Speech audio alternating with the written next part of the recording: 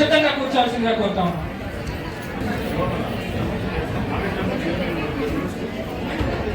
Market committee chairman గారు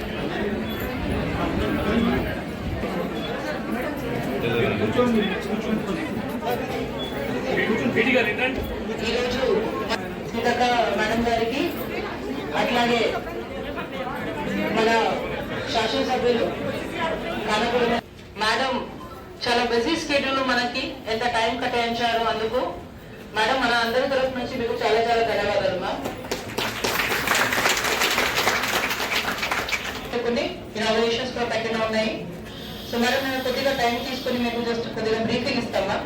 మన నిర్మల్ జిల్లాలో ముందుకు రాణించాలని మహిళల కోసం వ్యాపారాలు కానీ, మహిళల కోసం వడ్డీ లేనటువంటి రుణాలు కానీ, మహిళల కోసం చనిపోతే పాపం వాళ్ళ కుటుంబాలు ఇబ్బంది పడతారని 10 లక్షల ఇన్సూరెన్స్ కానీ, మీరు లోన్ తీసుకుంటే ఒక 2 లక్షల వరకు మాఫీ చేయడం కానీ, ఇట్లాంటివన్నీ కూడా పెట్టడం జరిగింది.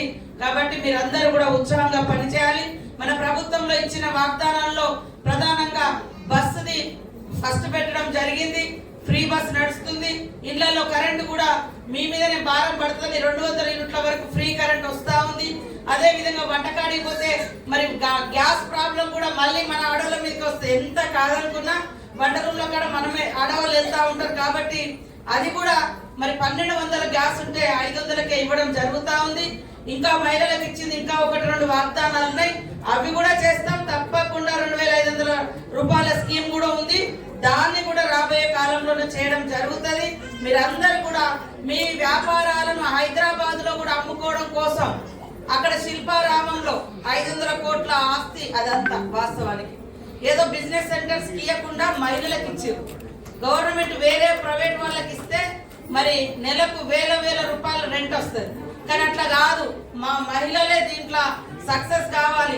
ఇక్కడ నుంచి ఇప్పపు జంగుబాయి వచ్చి అక్కడ పెట్టుకున్న షాప్, మనోళ్ళు కందిపప్పు, ఇట్లా రకరకాల దుకాణాలు కూడా అక్కడ హైదరాబాద్ లో నడుస్తున్నాయి. మీరు మీ ఊర్లలో పెట్టుకునేటువంటి చిన్న ఉత్పత్తి చేసి అది ఏదైనా కావచ్చు, కుట్టు కావచ్చు, బట్టలు కావచ్చు, ఏదైనా బొమ్మలు అల్లడం కావచ్చు, లేకుంటే మన నిర్మల్ బొమ్మలు ఉంటాయి ఇట్లాంటి అమ్ముకోవడం కావచ్చు, లేకుంటే ఇప్పపు లడ్డు కావచ్చు, అట్లాంటి వాటికి కూడా అక్కడ మార్కెటింగ్ కల్పించడం జరిగింది.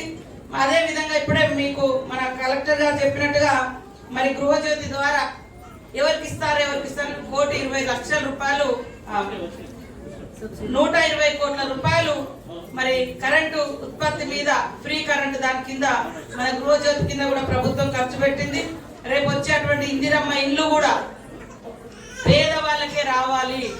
ఇందిరమ్మ అంటేనే పేదవాళ్ళ తల్లి, గుడిసెలేని వాళ్ళకు గుడిసెలు ఇచ్చినటువంటి తల్లిగా ఆమెకు పేరుంది. కాబట్టి ఇందిరమ్మ ఇళ్లలో కూడా పేదవాళ్ళకే ఎంపిక జరుగుతుంది. మహిళా సంఘాలు కూడా సపోర్ట్ చేయాలి. మీకు అందరికి కూడా కొంత కుట్టు కేంద్రాలు కానీ, మరి బట్టల కుట్టు మిషన్లకు సంబంధించి కానీ అవి కూడా ఇవ్వడం జరుగుతుంది. ఇంకా నెక్స్ట్ నుంచి రాబోయే కాలంలో ఈ రోజు డాక్టర్స్ కూడా సంతోషాన్ని వ్యక్తం చేసిండ్రు. దయచేసి డాక్టర్స్ కూడా మారుమూల ప్రాంతాల్లోకి వచ్చి సర్వీస్ చేయడమే గొప్ప. అందరు ఉన్న కాడ మనం చేయడం కాదు. ఎవరైనా కూడా ఏ డ్యూటీ అని ఎవరైనా కూడా ఆదిలాబాద్ రావాలంటే భయపడుతుంటారు, అమ్మో అంత దూరమా అని. ఇక్కడ దూరమే ఉండొచ్చు కానీ సంతోషం కూడా ఉంటుంది అనుకోవాలి వాళ్ళు. అదే విధంగా మంచి ఎక్కడైతే సేవలు అందవో అక్కడ పనిచేస్తే ప్రజలు గుండెల్లో గుర్తు పెట్టుకుంటారు. కాబట్టి డాక్టర్స్ కూడా మానవతా దృక్పథంతో మారుమూల ప్రాంతాలకు వెళ్ళి కూడా డ్యూటీ చేయాలి. 12,000 ఉద్యోగాల వరకు కూడా టీచర్లకు ఉద్యోగాలు ఇవ్వడం జరిగింది. ఉద్యోగుల ప్రమోషన్స్ కూడా ఇవ్వడం జరిగింది. ట్రాన్స్ఫర్స్ కూడా చేయడం జరిగింది. ఇవన్నీ కూడా మనం చేస్తా ఉన్నాం.